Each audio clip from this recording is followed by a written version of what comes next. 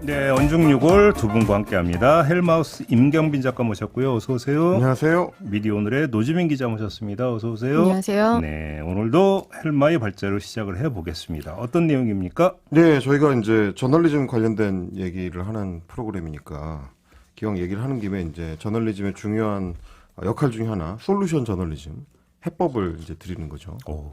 네, 우리 뭔가 이제 보도의 양태에 대해서 이제 비판을 받고 있는 한국 언론들한테 이제 솔루션을 오늘 너무 거창한 것 같은데? 됐으면 좋겠다라는 이제 의도를 가지고 오늘 솔루션 하나 얻어가는 건가요? 네. 들어보시면 별거 아니라는 걸 아시게 되긴 할 텐데. 약발이 없기만 해봐. 네. 이번에 이제 대통령의 해외 순방, 이 중동 순방과 관련해 가지고 제일 주목을 받은 게 대통령이 가서 MOU를 몇 건을 체결을 했는지, 사우디아라비아나 뭐 카타르 정상하고 얼마나 친분관계, 교우관계를 깊이 쌓고 왔는지 뭐 이런 거보다 말사진이었습니다. 사우디아라비아의 그 디리아 유적지라는 데가 있어요. 그 왕가하고 이제 관련된 굉장히 중요한 유적지로 꼽히는데 거기에 갔을 때 대통령실에서 찍은 사진 중에서 사우디의 그 말, 영험하다는 말을 사진을 함께 찍은 김건희 여사의 사진이 좀 논란이 되면서 탁현민 전 의전 비서관하고 박대출 국민의힘 의원 사이에 뭐랄까 이제 그 언쟁이 오가는 그런 일도 좀 있었습니다. 원래 아라비아 말이 되게 유명한 말이긴 해요. 그렇죠. 예. 말 중에서도 굉장히 좀 비싸고. 아무튼. 네. 근데 또 특별히, 그러니까 하여간 박대출 의원의 주장은 이게 되게 특별한 말이었다. 네. 그러니까 사우디에서 되게 이제 예우를 한 것이었는데 왜 네네. 자꾸 폄하하느냐 이런 주장이었던 거죠. 그렇죠. 그러니까 이제 대통령의 해외 순방인데 왜 여사와 관련된 김건희 여사와 관련된 사진이 이렇게 많이 촬영이 되고 대통령실 홍보에 많이 이용이 되느냐라는 게 이제 탁현민 전 비서관의 주장이었습니다. MBC 이제 뉴스하이킥에 출연했을 때 저희가 뭐 사진을 잠깐 이제 보여드릴 텐데 이 사진들을 두고 이게 인스타그램용이거나 혹은 뭐 개인 보관용으로 처리를 해야 되는 거지 대통령실에서 공식적으로 정부기관의 사진으로 사용하는 게 맞느냐 이렇게 이제 탁현민 전 비서관이 비판을 했더니 지금 보시는 사진들입니다. 대통령은 아예 이제 등장하지도 않는 그런 사진들이 메인이 되다 보니까 이게 문제다라고 지적을 했더니 박대출 의원이 사우디의 국가 창시자가 탔던 말의 후손이다. 네. 저 말이 굉장히 귀한 말이다.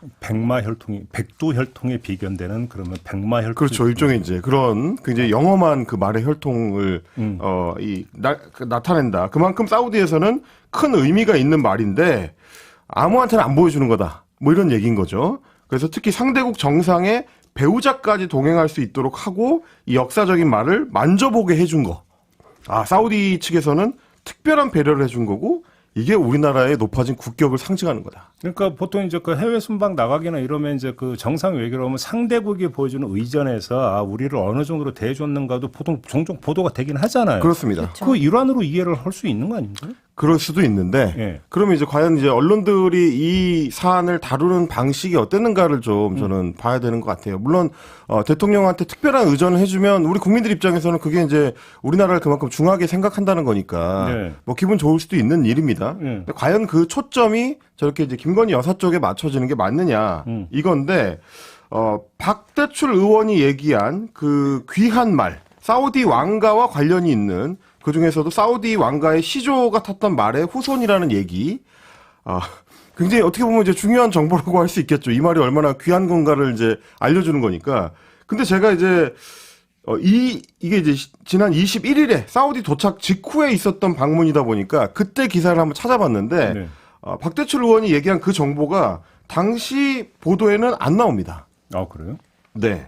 거의 뭐 천편일률적인 보도들이 쭉 나왔었는데 사우디 왕국 발상지인 뭐 디리아에서 한국의 숨결을 보여줬다라는 게 이제 한국일보가 뽑았던 제목이고 전투기 호위의 아라비아 명마 관람 이게 서울경제에서 뽑았던 제목인데 이런 그 소개 기사 안에도 극진한 환대를 받았다라는 얘기는 있는데 말이 어쨌다라는 거를 이제 자세하게는 얘기를 안 하고 이도훈 대변인이 전했던 얘기를 소개하는 수준입니다. 뭐라고 되어 있냐면 아랍을 대표하는 아라비안 말 2마리를 보여줬다.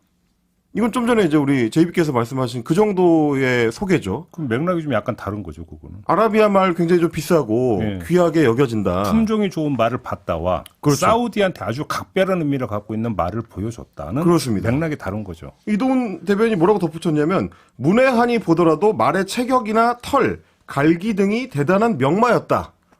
이거는 제가 이제 마사회에서 운영하는 그 경마장에 가도 할 수 있는 얘기거든요. 아 근데 그게 말의 품종이 뭐가 중요해요.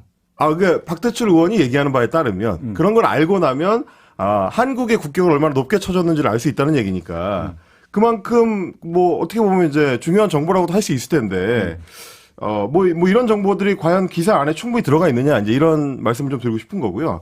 이게 왜 이렇게 되는가를 좀 생각을 해봐야 된다는 거죠.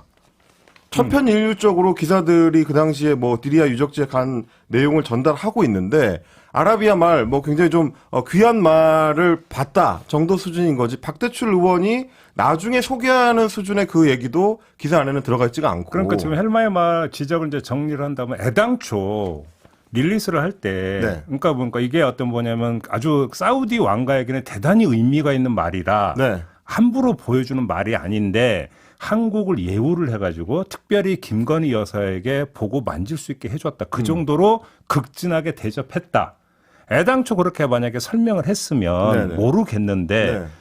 대통령실에서부터의 브리핑 내용에도 이게 없었던 거 아니냐. 그렇죠. 그런 거잖아요. 네. 그리고 나중에 이제 박대출 정책위장 전 정책위장이 따로 얘기를 한 거죠. 예. 그럼 물론 이제 저는 사실 이제 그때도 몇 가지 의문이 드는데 1차적으로는 민주공화국의 이 국민들을 대변해서 사우디를 찾은 한국 대통령한테 소위 혈통 특별한 말, 백두혈통 말을 보여주는 게 의전상으로 어떤 의미인가를 한번 되물어봐야 된다는 게 이제 저는 굉장히 중요한 포인트 중에 하나라고 생각을 하고. 근데 그거는 사우디가 왕정이니까. 그렇죠. 근데 그러니까 자기네 나라의 어떤 입장에서 중요하다고 판단했을 수는 있겠죠. 근데 이제 뭐 아시다시피 그 대통령의 외교 일정이라는 게 다 양국 간의 합의 이후에 결정이 되는 건데 네. 그냥 사우디가 보여주고 싶은 거를 우리가 무조건적으로 따라가서 보는 건 아니지 않습니까? 근데 뭐 비교를 해보자면 재작년에 이제 문재인 전 대통령이 스페인을 방문했을 때 그때도 스페인도 그 입헌군주정이긴 하지만 왕가가 있는 나라고요. 근데 이제 거기 갔을 때 문재인 전 대통령은 어떤 행사를 했었냐면 왕국 도서관에 왕실 도서관에 가가지고 독도가 이 표기가 돼 있는 고지도를 같이 관람한 적이 있습니다. 네. 일테면 이제 그런 것도 의전을 합의하는 과정에서 우리 대통령한테 스페인이 뭘 보여줄 건가를 이제 결정하는 과정 안에 있는 합의 사항이거든요. 이런 부분을 언론에서 같이 얘기해줬으면 더 좋았을 것 같다라는 게 이제 저의 생각인데 그거랑은 별개로 하더라도 그 얘기를 할 때 이제 정보가 충분히 대통령실을 통해서 기자들한테 전달이 되고 있느냐, 혹은 이제 반대로 기자들이 만약에 제대로 취재를 할 수 있는 환경이었다면 초점을 거기에 맞췄을까? 김건희 여사가 말을 만지고 있는 사진에 맞췄을까? 저는 이제 그 의문을 갖게 되는 겁니다. 그리고 일단 지금 그 수행 취재가 별로 안 됐죠. 그게 문제입니다. 그러니까 이번에 이제 그 저 말 사진이 공개가 될 때도 그 사진의 캡션에는 뭐라고 달려 있었냐면 공동 취재라고 붙어 있거나 혹은 대통령실 제공 이렇게 붙어 있습니다. 네. 그러니까 공동 취재라는 거는 뭐 기자들 사이에서 얘기하는 이제 소위 이제 풀 기자단. 그렇죠. 대표 기자를 정해서 이제 특정 기자만 들어가가지고 취재한 다음에 모든 기자단이 공유할 수 있게 이제 사진을 뿌렸으면 그게 보통 그걸 이제 공동 취재라고 붙여가지고 쓰는데 대통령실 제공이라는 게 같이 붙어 있어요. 그리고 제가 실제로 대통령실 홈페이지에 들어있는 그 사진 뉴스 코너가 있는데 거기 가봤더니 거기 있는 사진하고 그대로 똑같습니다. 그러니까 이거는 기자들이 직접 현장에 참여해서 기자들이 사진을 찍었다기보다 대통령실에서 그냥 주는 사진을 받아서 썼다. 이렇게 봐야 되는 거라서 현장에 기자들이 참여했었다면, 그러니까 대통령실 직원들이 찍는 사진이 아니고 기자들이 찍는 사진이었다면 김건희 여사를 중심으로 한 사진이 저렇게 많이 찍히고 그거를 주로 사진 기사에 첨부를 해서 사용을 했을까? 그런 의문이 드는 거죠. 좀 저는 정리하면 이런 생각이 들어요. 중국이 이 판다를 어떻게 그 끔찍히 여기는지는 거의 뭐 세계가 다 알고 있지 않습니까? 근데 어느 외국의 정상이 중국을 방문을 했는데 중국이 아주 그 이제 극진한 대접의 하나의 상징적 사례로 어떤 판다를 보여주고 판다에 접근할 수 있게 하고 사진을 만약에 찍었고 제공을 해줬다라면 그것이 나름의 의미가 있는 것일 거고. 그러니까 김건희 여사가 아주 그 특별하다는 사우디 네. 왕가에게는 엄청나게 특별하다는 말을 김건희 여사에게 보여주고 만지게 했다. 그것이 저는 의전상 있을 수 있다고 생각을 해요. 그리고 뭐하다 뭐 그럴 수도 있겠다는 저는 생각을 하는데 그러면 애당초 그 맥락으로 이거를 그 용산 그러니까 대통령실에서 제공을 하고 설명을 해줘야 되는 거죠. 왜냐하면 수행 취재가 안 됐기 때문에 모르잖아요. 그렇습니다. 기자들도. 그러면 오해의 소지가 없게 해주는 것은 대통령실의 의무죠, 그거는.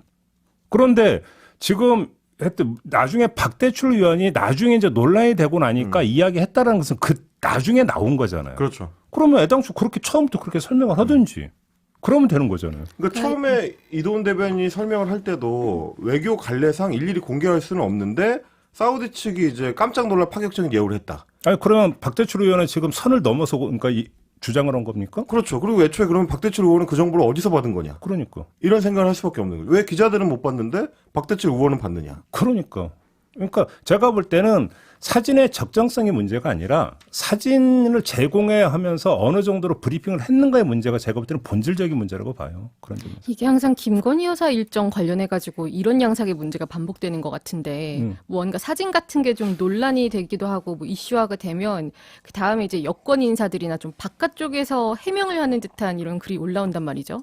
그리고 이 디리아 방문 일정 같은 경우에는 그 해외에도 이렇게 이번에 그 순방 취재단이 같이 가기는 했지만 이제 대통령과 이제 대통령 배우자 그리고 이제 어느 정도의 그런 수행원들이 같이 참석을 하는 행사로 가서 그 행사가 이루어진 다음에 기자들한테 이런 일이 있었다라고 설명하는 정도로 이야기가 이루어진 거란 말이에요.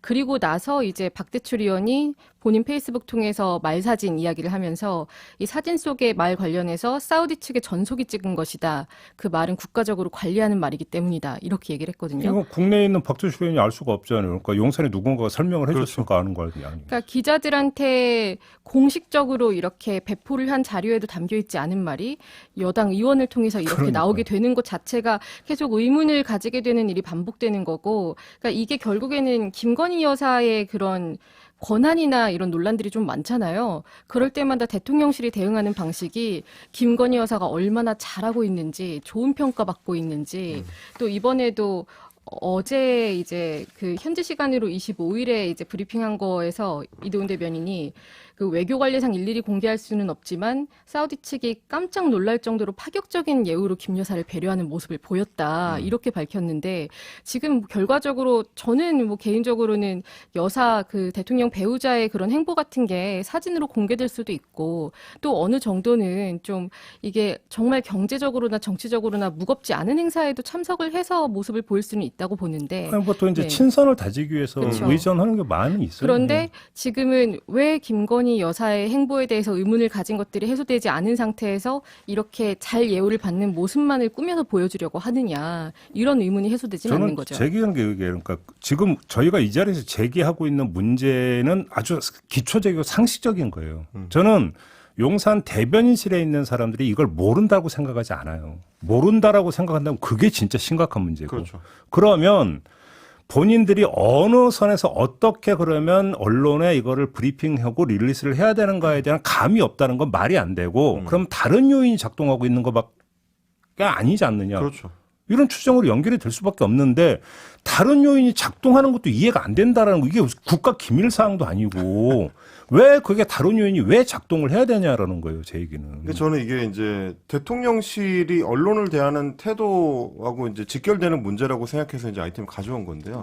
그러니까 자꾸 착각을 하는 게 사실 지난해에 바이든 날리면 사태 이후로 특히 해외 순방을 갈 때 굉장히 좀 비밀주의 방식으로 취재를 제한하는 경우가 좀 많아졌습니다. 특히 김건희 여사와 관련되는 경우에는 비공개 일정으로 소화를 한 뒤에 저희가 이 자리에서 여러 번 얘기했습니다. 여러 번 얘기했습니다. 나중에 대통령실 제공이라는 형식으로만 자체 취재한 내용을 기자들한테 전달하고 그러면 기자들은 어쩔 수 없이 그 내용을 거의 받아쓰는 형식으로 천편일 일정에 똑같은 기사가 나갈 수밖에 없도록 거의 유도를 하고 있는데 그게 장기적으로 봤을 때는 대통령실이나 혹은 김건희 여사나 대통령을 위해서도 좋지 않다. 왜냐하면 필터 자체가 좀 달라지면 어떤 게 더 중요한 정보고 어떤 게 더 국민들한테 꼭 필요한 정보인지를 잘 구분을 못하는 경우가 생기고요. 이게 그냥 이 상태로 그대로 전달됐을 때 국민들이 어떻게 받아들이게 될지를 착각하는 경우가 생깁니다. 그거는 뭐 사람이 하는 얘기이기 때문에 언제나 생길 수밖에 없는데 언론이 한번 알아서 거르고 데스킹 과정을 거치면 논란이 될 만한 사진이 보도가 될까? 저는 그것도 의문이거든요. 물론 대통령실에서 계속 홈페이지에 사진을 올리긴 하지만 한마디로 논란을 자초한 거죠, 대통령실이. 그렇습니다. 아니, 그러니까 저는 앉은 자리에서도 저는 딱 레토릭 나오는데 사우디 왕가가 김건희 여사가 평소 동물 애호에 각별한 관심을 보이고 활동을 한 것을 또 주목을 했고 그래서 사우디 왕가에게 아주 특별한 말까지 보여줬다. 그렇죠. 이거는 결국은 한국에 대한 예우이자 동시에 김건희 여사에 대한 예우다. 이렇게 레토릭 짜면 되는 거잖아요. 그렇습니다. 이게 뭐가 문제가 되는 거예요? 그리고 오히려 그걸 기자들한테 공개해서 취재할 수 있게 했더라면 그런 식의 기사도 나갔을 텐데 대통령실이 원하는 방식으로만 보도를 하려고 하니까 오히려 한계가 좀 노출되는 그러니까 경우들이 많다. 그 원하는 방식이 이해가 안 된다는 그렇죠. 거예요, 제 얘기는. 심지어 잘 된 방식도 아닌데. 그러니까. 저 그게 이해가 안 된다는 그래서 거예요. 대통령실에도 그냥 좀 공개를 더 많이 해서 기자들이 직접 보고 판단해가지고 보도할 수 있도록 해주는 게 대통령실 입장에서도 좋을 수 있다. 좀 그 말씀을 좀 드리고 싶은 거예요. 알겠습니다. 논란을 자초할 이유가 없다. 이렇게 정리를 하겠습니다. 이번에 노지민 기자의 발제로 가보죠. 어떤 내용입니까? 네, 그 윤석열 대통령 명예훼손 혐의 관련된 언론 대상 압수수색이 계속 이어지고 있는 상황입니다. 네. 네, 어제도 서울중앙지검 대선 개입 여론조작 사건 특별수사팀이라고 있잖아요. 2년 전 그 부산저축은행 수사무마 의혹 보도한 경향신문의 전현직 기자 2명, 그리고 뉴스버스 전직 기자 1명 등 이렇게 3명의 자택을 압수수색했는데 혐의는 정보통신망법상 명예훼손이고 그리고 이게 누구의 명예를 훼손했냐? 아까 말씀드린 것처럼 윤석열 대통령에 대한 명예를 훼손했다라는 혐의로 이제 검찰이 압수수색을 진행을 했습니다. 그 검찰이 수사에 나선 그 보도를 보면 뭐 요지는 사실 그 보도의 주된 내용은 큰 줄기에서 똑같아요. 윤석열 대통령이 주인 검사였던 대검 중앙수사부가 2011년에 부산저축은행 비리를 수사하는 과정에서 이 대장동 대출 브로커 조우형 씨라고 이제 이름이 많이 알려졌는데 그분에 대한 그 비리 의혹을 알고도 수사하지 않았다. 이런 취지의 지적이 있었던 내용인 거죠. 이게 조우영 씨가 부산저축은행 박연호 전 회장 사촌 처남인데 대장동 개발 추진하던 민간업자들이 이 부산저축은행에서 1,100억 원대 불법 대출을 받은 일이 있었어요. 이걸로 이제 조 씨도 실형을 선고받아서 복역을 했는데 이제 당시 조 씨가 대출을 도와줬던 그 이강길 전 대장 프로젝트 금융투자 대표가 그 대가로 10억 3천만 원을 건넸는데 이 내용이 그 부산저축은행 비리를 2011년 수사할 때 이미 검찰 쪽에 전달이 됐다. 이런 요지의 보도였던 거예요. 그런데 이게 좀 개별적인 보도로 들어가면은 어떤 차이가 있냐면 경향신문 같은 경우에는 2021년 10월 7일에 우선은 이제 당시 수사를 계기로 박영수 전 특검과 김만배 씨가 연을 맺었다.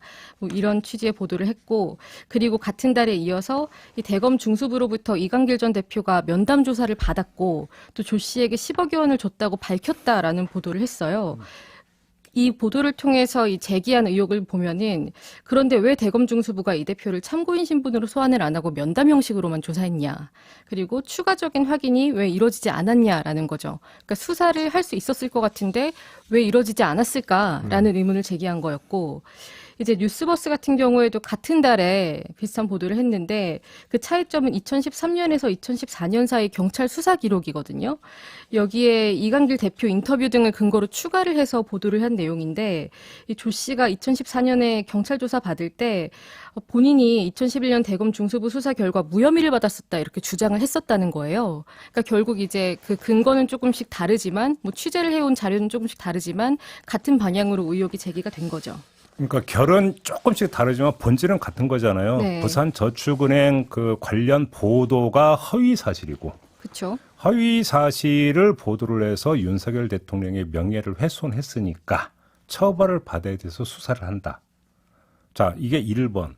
그래서 지금 압수수색이 연속으로 이루어지고 있다. JTBC를 상대로, 뉴스타파를 상대로, 이번에는 경향신문을 상대로. 그죠? 그 기자나. 네. 자, 그러면 여기서 이제 그 논점은 이거잖아요. 두 가지 문제가 제기가 될 수 있는 거죠. 하나는 뭐냐면 그 검증 보도의 영역은 어디까지냐의 문제 하나. 그러니까 다시 말해서 이 보도 자체가 대선 후보 검증 차원에서 이루어진 보도라고 본다면 국민을 대신해서 대선 후보를 검증하는 영역은 어디까지이냐의 문제가 하나와 두 번째는 검찰의 수사는 과잉이냐 아니냐. 이 두 가지 아니겠습니까? 그렇죠. 우선 문점은? 그 검찰 수사를 보면은 그래서 뭐가 허위 보도인지가 판단이 돼야 이게 과잉인지 아닌지를 저희가 알 수 있을 거 아니에요. 그런데 이게 사실 부산저축은행 관련해 가지고 조우영 씨라는 인물이 들어가 있다 뿐이지 기존에 나왔던 김만배 녹취록 관련된 수사랑도 이게 결이 다른 거잖아요, 지금. 그렇죠. 그렇죠. 그래서 그 점에서도 좀 짚어볼 부분들이 있는데 우선은 이 검찰이 언론에 허위 보도라면서 이런 보도들에 대해 이야기한 입장을 보면은 크게 보면은 이 2011년 부산저축은행 당시에 이 대장동 대출권은 수사 대상이 아니었다. 그리고 이제 조 씨 계좌 추적은 그 이후에 이뤄진 조사 때 처음 이뤄졌다라는 거거든요. 그런데 앞에 제가 조금 길지만 그 두 보도들의 내용을 어느 정도 짚어드렸는데 거기에서 지적을 한 게 애초에 검찰이 수사 대상으로 뒀던 그 대상에 대해서 뭔가 조사를 하지 않거나 수사를 하지 않았다는 게 아니라 수사를 하는 과정에서 이런 진술이 나왔고 그리고 정황이 있었는데 왜 이게 더 뻗어나가지 못했느냐라는 의혹을 제기했다는 점에서 이거는 좀 서로 다른 이야기를 하고 있는 거죠. 그렇죠. 녹취록과도 상관없는 내용이에요. 그러니까 예를 들어서 저는 검증 보도를 하더라도 허위 사실에 기초하면 그건 안 되는 거죠. 그렇죠. 그건 명백하죠. 근데 자 중요한 건 이거예요. 그러면 언론은 어디까지 검증할 수 있느냐? 여기서 이제 그 합리적 의심이라는 단어가 두 용도로 쓰여요. 하나는 첫째, 검찰 수사나 법원의 어떤 그 판결을 내릴 때 보면 합리적 의심이 해소될 만큼 충분하느냐. 이 문제를 제기를 해요. 그죠? 합리적 의심거리가 남아있으면 안 돼요. 검찰 네. 수사 결과나 이런 데에는. 그런데 정반대로 언론은 합리적 의심이 들면 보도할 수 있다라는 거예요. 다르죠, 얘기가. 그렇죠. 그러면 왜 다르냐? 언론은 수사권을 갖고 있지를 않아요. 강제 수사권을 갖고 있지를 않기 때문에 물증과 이런 것들을 확보하는데 명백한 한계가 있다고 인정해 들어가는 거예요. 그래서 상식에 기초해서 볼 때 언론이 취재한 내용, 그게 정황이라 하더라도 그럼 한다면 지금까지 언론이 취재한 내용에 기초해서 본다면 그렇게 생각할 수도 있겠다. 의심할 수도 있겠다라고 인정이 된다면 그게 진실이라고 믿을 만한 상당한 사유에 해당이 돼서 무죄가 나오는 거예요. 그렇죠. 그게 그러니까 이 얘기를 다시 한다면 검증의 기초는 합리적 의심이라는 거예요. 언론이 할 수 있는 검증의 기초는. 그러면 처음에 그 부산저축은행 수사할 때는 빼놓고 나중에 가서 해서 기소를 해서 처벌을 받았다. 그럼 어떻게 된 거냐? 그렇죠. 라는 의심을 제기한가 합리적 의심의 영역에 들어가느냐 안 들어가느냐만 남은 문제예요. 간단히 얘기를 하면. 그런 거 아닙니까? 그렇죠. 언론은 그 정황에 기초해서 제기한 거잖아요. 그리고 또 이제 그 합리적인 의심도 그렇고 반론권의 기회를 어느 정도 보장했느냐 뭐 이런 것들도 그것도 다 중요한 종합적으로 되잖아요. 근데 당시에 이 경향신문 보도가 나왔을 때 윤석열 대선 후보 측이 해명을 한 부분이 있더라고요. 보니까 당시 이 부산저축은행 수사 당시에 수사팀 규모 130여 명으로 밤낮 없이 3,300명을 조사했다. 그래서 사건 본류와 관련 없는 참고인들의 개별 범죄를 기소하기는 불가능했다. 이렇게 밝혔거든요. 그러니까 지금 여기에서 근거로 제시한 것들이 허위 사실이다라고 단정을 하고 해명을 하거나 아니면 반박을 한 게 아니고 수사의 한계를 이야기를 했단 말이죠. 그러면 어떻게 보면 이제 우리가 놓쳤다라고도 들을 수 있는. 그래서 언론 입장에서는 그럼 이걸 놓친 이유가 뭘까? 그리고 놓칠 수밖에 없었는가? 아니면은 놓치지 않을 수 있었는데도 놓쳤는가? 이런 것들을 이제 추가적으로 취재를 하고 의혹을 제기하게 되는 거죠. 알겠습니다. 이게 이제 첫 번째, 두 번째는 과잉 수사 여부인데 그거는 결국 네. 압수수색까지 해야 될 이유가 있느냐 이거잖아요. 네. 간단히 두 분은 어떻게 생각하십니까? 이거에 대해서는? 그러니까 우선은 지금 수사를 하는 게 처음에 시작된 게 이 대선 관련된 거잖아요. 대선 개입 여론조작 사건 수사팀을 이렇게 꾸리게 된 건데 그래서 시작이 됐던 게 처음에는 이제 김만배 녹취록, 김만배 신앙님 녹취록에서 시작이 된 거고 사실 어떻게 따지고 보면은 별건이라고 볼 수 있는 사건에 대해서 지금 직접적인 관련성에 대해서 검찰이 판단을 하고 인지수사를 하면서 범위를 넓혀가고 있는 상황이면 어쨌든 이 보도에 대해서 뭐 오보 가능성이 있을 수도 있겠죠. 수사 과정에서 밝혀질 수도 있겠지만 뭐 대선 개입을 위해서 누군가 뭔가 외부 세력과 뭐 조작을 했다거나 공모를 했다거나 뭐 구체적인 정황이 있어서 그것에 대해서 증거인멸 우려가 있어서 수사를 압수수색을 했다라고 하면은 모르겠지만 이번 건 같은 경우는 그냥 일상적으로 보도에 대해서 제기될 수 있는 그런 사건이거든요. 이 인터뷰이가 나중에 말을 바꿔서 나는 여기에 인터뷰한 적이 이렇게 말한 적이 없는데 내 주장을 다르게 보도했다라고 주장을 하는 경우나 그리고 뭐 이 사건과 관련된 사람들이 뭔가 녹취록이 조금 바뀐 것 같다라고 주장을 하거나 뭐 이런 것들은 사실 일상적인데 그럴 때마다 언론사를 압수수색하지는 않거든요. 결국에는 이 대선 개입에 대한 것들이 뭔가 규명이 돼야 되는데 사실 검찰이 지금 압수수색을 하는 걸 보면은 언론사들의 보도 그것도 같은 줄기인 것 같지만 다 다른 근거를 가지고 다른 매체가 한 보도를 압수수색을 하면서 이 대선 개입 같은 그 정황이나 가능성은 언론에 계속 흘리는 방식을 취하고 있는 게 이걸 정당하다고 보기가 쉬울까? 할 저는 만은 이런 어떻게 의문이 보세요? 듭니다. 저는 이게 이제 이번 압수수색 건하고 지난번 뉴스타파 보도 관련한 압수수색 건하고도 좀 달라지는 일종의 이제 변곡점이 있다고 보는 게요. 이제 그전 같은 경우는 녹취 내용이라는 이제 물증을 둘러싸고 이거를 어떻게 편집해서 보도했느냐, 그 편집하는 과정에서 기자의 어떤 의지가 개입했느냐 여부, 그리고 그 중간에 혹시 이제 당시 선거의 상대방이었던 민주당을 비롯한 이제 정치 세력이 개입을 했느냐, 이런 걸 이제 따져보겠다는 거였잖아요. 근데 그것도 물론 무리한 수사다라는 게 이제 대체적인 비판이었지만 이번 건 같은 경우는 그 김만배 녹취록 파문하고도 전혀 다르게 뭐 말씀하신 것처럼 당시 경찰의 수사 자료라든지 혹은 당시 수사에 참여했었던 사람들의 뭐 증언이라든지 지금 노지민 기자가 말씀하셨던 것처럼 당시 이제 윤석열 캠프 측으로부터 받은 내용이라든지 이런 거를 종합적으로 봤을 때 충분히 보도할 만한 검증 보도인데 게다가 대선 국면이고 그러면 여기까지 들어와 버리게 이걸로 이제 수사를 해가지고 관련된 내용을 다 압수수색하겠다고 하면 앞으로는 우리 언론들은 검증 보도를 아예 못하게 된다는 얘기가 되는 거거든요. 혹시 두 분은 이 생각 해보셨어요? 그러니까 요번에 이 건 말고 명예훼손 소송은 수없이 지금 나오고 기소가 이루어지거든요. 근데 네. 검찰이 압색을 하는 경우는 별로 없어요. 그렇죠. 거의 없어요. 자, 여기서 명예훼손 사건은 형사가 있고 민사가 있어요. 민사는 이제 주로 정정보도 청구 소송 아니면 손해배상 청구 소송이죠. 근데 민사는 빼고 여기서 형사만 갖고 얘기를 하겠는데 왜 그러면 검찰은 압수수색을 하지 않느냐? 혹시 그 생각을 해보셨어요? 명예훼손 사건에 대해서 왜 압수수색을 하지 않느냐? 지금까지 통상적으로. 압수수색할 필요가 별로 없기 때문에 안 하는 거예요. 무슨 이야기냐면 검찰은 그 입증 책임이라는 게 있잖아요. 네네. 그러면 검찰이 기소를 하기 때문에 이 사람을 처벌해 주세요라고 기소를 하기 때문에 입증 책임은 검찰에 있어요. 근데 입증 책임이 뭐냐면 이 보도가 사실이 아닙니다만 입증해 주면 돼요. 왜?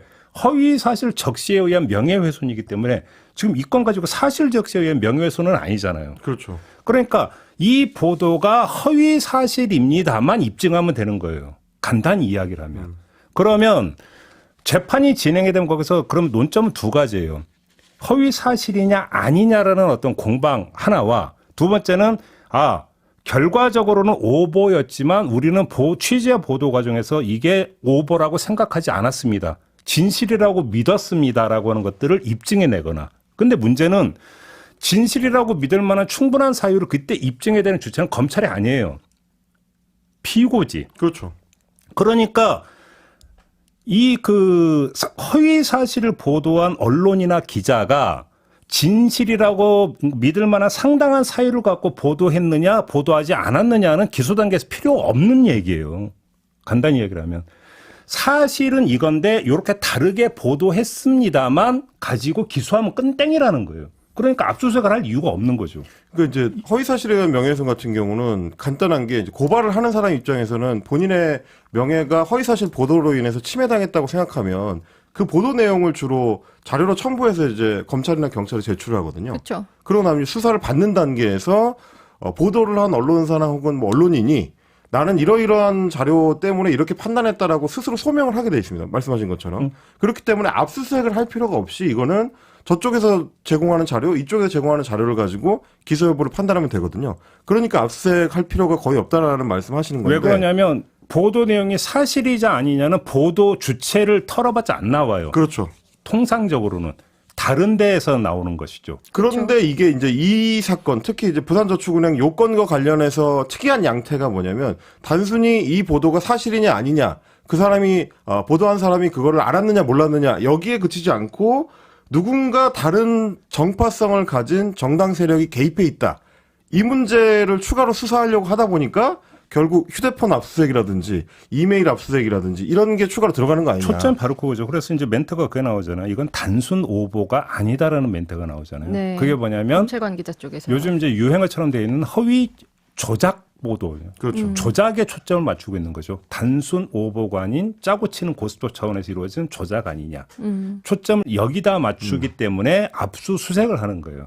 그러니까 문제는 엄밀하게 얘기하면 그러니까 명예훼손이라는 것은 이 보도로 인해서 사회적 평가가 실추된 게 명예훼손이거든요. 그러면 그걸 그러니까 기소를 해서 명예훼손이라고 하는 것들을 입증해서 유죄를 끌어내면 사회적 평판이 회복이 되니까 끝나는 거예요. 근데 지금 목적이 여기에 있는 게 아니에요. 목적이 여기에 있는 게 아니라 조작을 했다. 그러니까 단순 오보가 아니라 이건 플레이였다. 그렇죠. 요게 지금 초점이 여기에 가 있으니까 압색이 들어가는 거라는 거죠. 그러니까 무언가를 쫓기 위해서 그 수단으로 계속 사용하는 것 같은 흐름으로 이어지거든요. 그리고 그 명예훼손이 애초에 그 검찰 직접 수사 개시 범위로 적시가 돼 있는 것도 아니잖아요. 이 검찰청법 보면은 부패범죄, 뭐 경제범죄, 그리고 공무원이나 뭐 고위공무원들 범죄 이런 경우에 이제 직접 수사를 할 수 있다고 돼 있고, 다만 이제 직접적으로 관련성이 있는 범죄에 대해서도 수사를 할 수 있다고 돼 있는데 이 요건을 한동훈 장관 법무부에서 지금 시행령을 통해서 구체적인 거를 삭제를 해버리면서 좀 자의적으로 수사 범위를 넓힐 수 있게 됐고, 아니, 네. 간단히 이런 거예요. 그래서 그 다음에 이제 나오는 게 그게 이제 그 넓은 범위에서 범의, 범행의 네. 의도. 그러니까 범행의 의도에서 이것이 아예 윤석열이라는 후보를 끌어내리기 위해서 정파적으로 결탁을 해서 한 것이다. 그렇죠. 이게 이제 범의에 해당이 되는 거 아니겠습니까? 그거는 검찰이 안 건드려도 되는 거예요. 아까 말씀을 드렸잖아요. 그냥 그렇게 기소 내용이 넣었는데 그러면 아니요는 피고가 입증을 해야 되는 거라니까요. 그러니까 우리는 기소해서 네가 한번 그럼 입증해봐 아니라는 거. 이러면 되는. 그리고 지금까지 그렇게 해왔다라는 거예요. 이게. 근데 지금 이제 이 사건에 대한 검찰의 태도는 결국 해당 보도들은 언론의 자유 범위에 들어가는 보도가 아니고 일종의 정치 공작인 거고, 그걸 우리는 사실상 이걸 보도로 인정하지 않는다라는 태도에 가까운 거거든요. 지금 이 수사의 방향성을 보자면. 근데 이제 제가 아까도 말씀드렸지만 이런 식으로 접근하기 시작하면 모든 언론 보도가 굉장히 좀 혼란스러운 국면에 빠질 수가 있습니다. 이제 취재를 하다 보면 취재라는 게 이제 취재원하고 계속 여러 소통을 하면서 정보를 받기도 하고 자료를 받기도 하고 이런 과정들이 필요한데, 그 과정이 만약에 뭐 정당 관련된 인사가 조금이라도 끼어 있거나 혹은 뭐 의원실을 통해서 자료를 받았거나 이런 게 돼 있다면 결탁으로 몰아갈 수 있는 여지가 생긴다는 게 되는 거거든요. 그럼 보도를 어떻게 하느냐, 이제 이런 의문에 부닥칠 수밖에 없는 거라, 특히 정치부 기자들이 검증 보도를 하려면 자료를 확보하기 위한 여러 수단 중에서 의원실하고의 협조도 굉장히 중요한 연결고리이기 때문에 그러면 아무것도 못하게 되는 상황에 처할 수도 있다. 이게 단순히 이제 수사에만 그치는 게 아니라 보도 자체를 위축시키는 어떤 방향을 불러올 수도 있다. 그런 좀 걱정까지 되는 거죠. 이제 그거는 이제 이런 부분이 있죠. 그러니까 그 취재원이 정보를 제공하는 의도가 무엇이냐도 사실은 그렇죠. 검증 항목에 들어가긴 해요. 네. 그러니까 그 기자나 언론사 입장에서 어떠한 목적으로 우리에게 이 정보를 제공을 하느냐. 그렇죠. 따라서 이것이 그럼 우리가 독립적으로 판단해서 보도할 수 있는 것이냐 아니면 결과적으로 저쪽의 이익에 부합되는 것이냐라고 하는 것들은 검증 항목에 들어가긴 해요. 그런 거 들어가긴 하지만 그럼에도 불구하고 정보 제공 목적과 다르게 우리가 독자적으로 독립적으로 판단해서 독립적으로 야마 잡아갖고 속칭 그렇죠. 보도를 한다면 그것은 어떤 독립된 영역에 들어가는 것이다. 이렇게 좀 봐야 되는 편집권이니까요. 거죠. 그건. 그래서 결국은 그러니까 정보를 어떻게 입수해서 어떻게 보도했는가의 문제도 저는 그러니까 들여다볼 수는 있다고 보는데 그건 재판 과정에서 들여다보면 된다라는 거예요. 제가 지금 일관되게 말씀드리는 거예요. 왜냐하면 진실이라고 믿을 만한 충분한 사유를 피고가 입증을 해야 되기 때문에 굳이 손 안 대도 된다라는 거예요. 검찰 입장에서는. 그냥 허위 사실이라고 하는 것만 입증하면 돼요. 검찰은. 허위 사실에 의한 명예훼손 같은 경우는. 그렇죠. 근데 거기서 넘어가고 있다라는 거죠. 근데 지금 지금 검찰이 주요한 그 허위사실을 의심하는 근거로 제시하는 것 중에서 이 관련된 인물들이 말을 바꾼 게 있잖아요. 그런데 말을 바꿨다는 게 기존에 말을 했던 게 허위사실인지 지금 말하는 게 허위사실인지 이게 규명이 안 된 상태에서 그렇죠. 누군가가 지금 시점이 달라진 상황에서 다른 주장을 한 걸 가지고 허위사실로 어느 정도 이제 좀 단정적으로 판단을 하고 그걸 근거로 압수수색에 나선다는 거는 굉장히 위험한 일인 상당히 거고. 문제가 있죠. 이제 그 네. 기자 생활을 해본 분들 아마 다 이제 아마 공감하실 거예요. 이제 그 취재원이 정보 제공자가 정보를 줬는데 거기에 어떤 뭐 취재 연구 보도 직전일 수도 있고 1차 보도가 나온 다음일 수도 있는데 돌아가는 형태로 보니까 나한테 이게 뭔가 올 수 있다 이거 말을 바꿔버리는 경우는 굉장히 많죠. 수두룩박박하거든요. 그렇죠. 그래서 사실 이번 사건들을 쭉 보면서 물론 이제 검찰의 수사에 대해서도 많이 지적을 하면서도 아 이제는 무언가 녹취록을 입수했을 때 그 자체만으로 보도를 하는 건 정말 앞으로는 지양을 해야 되는 일이구나라는 것도 좀 많이들 생각을 하게 되지 않을까 싶고. 물론 뭐 녹취록도 네. 검증을 하긴 해야죠. 그렇죠. 그래서 이제 추가적인 뭐 다른 관련자들의 증언이라거나 이런 것들이 필요하다는 게 뭐 내부적인 자성이 나오고 있는 거고. 녹취록만 네. 가지고 이제 녹취록을 가지고 녹취록 자체를 검증에 들어가야 되는 거죠. 그렇죠. 네. 그리고 아까 이제 재판을 통해서 밝혀져야 될 거다라고 말씀을 하셨는데 이게 정말 말 그대로 검찰이 지금 어떤 혐의를 가지고 수사에 나섰는지만 나온 상태인데 이걸 언론이 어떻게 부르고 있느냐도 좀 봐야 될 것 같거든요. 그래서 지금 검찰이 이제 허위 보도 의혹 수사 이렇게 밝히게 되면은 그걸 근거로 그걸 다 따라 쓰는 기사들이 나온단 말이에요. 뭐 예를 들어서 어제 저녁 뉴스를 기준으로 보면 이제 MBC 뉴스데스크 같은 경우는 윤석열 의혹 보도 수사 이렇게 했고 KBS 뉴스9은 대장동 수사 무마 보도라고 칭했는데 이제 TV조선 같은 경우에는 그 검찰 주체로 쓴 다음에 따옴표를 달아서 대장동 업자 인터뷰 왜곡이라고 썼고 뭐 이렇게 표현들이 다 다르다는 거죠. 근데 각 언론사에 따라서 이 사건의 정의를 어떻게 하는지는 좀 자율적으로 결정을 할 수 있는 건데 특정 보도를 허위 보도라고 규정을 할 수 있는지 자체적인 판단을 하지를 않은 상태에서 검찰 측의 이런 입장만 받아서 쓰면 이 보도야말로 나중에 오보나 왜곡 보도가 될 수 있다고 그 가능성을 열어둬야 하는데 과연 그런 걸 얼마나 고려하고 있느냐 물어봐야 될 것 같습니다. 이 점을 고려할 겁니다. 그거는 우리의 가치평가 영역, 다시 말해 해석의 영역이기 때문에 네. 의견의 자유에 들어간다. 아마 이렇게 주장을 하겠죠. 그렇죠. 다만 이게 일부 언론이 과연 어디까지로 어디까지만 영향을 미칠 것인가. 지금의 일부 언론이 나중에 일부 언론이 아닐 수 있다. 뭐 이런 걸 생각하면 사실 지금 이런 행태 자체가 뭐 수사기관이나 권력층에는 좀 언론이 만만하게 보일 수 있는 문제도 있는 것 같습니다. 여기는 근본적인 이런 문제가 깔려 있는 거죠. 그러니까 오보를 그냥 오보로 보지 않고 조작으로 본다라고 하는 이 선입견. 여기서 이제 모든 게 이제 그 비롯된다라는 그렇죠. 얘기죠. 그렇죠. 네. 그러면 언론 보도를 지금 어떤 관점에서 지금 접근하고 있는 것이냐. 이게 윤석열 대통령과 관련된 것이기 때문에 아주 특별하게 그렇게만 접근하고 있는 것인지 아니면 다른 건에 대해서도 언론에 대한 불신을 완전히 밑에 깔아버리고 거의 대부분의 이거는 허위 사실은 조작이다. 조작이라는 의도를 갖고 일부러 그렇게 하는 걸 얘기하는 거니까. 심지어 외부 세력에 갈등하고. 이렇게 아예 기본 관점을 이렇게 깔고 들어가는 것이냐. 이건 근본 문제가 되는 것이죠. 이것도 사실은 점검할 부분이 있다. 이런 말씀을 좀 드리도록 하겠습니다. 자, 오늘 은중 요구는 이렇게 정리를 하도록 하겠습니다. 두 분 말씀 잘 들었고요. 저도 함께 물러가겠습니다. 고맙습니다. 감사합니다. 고맙습니다.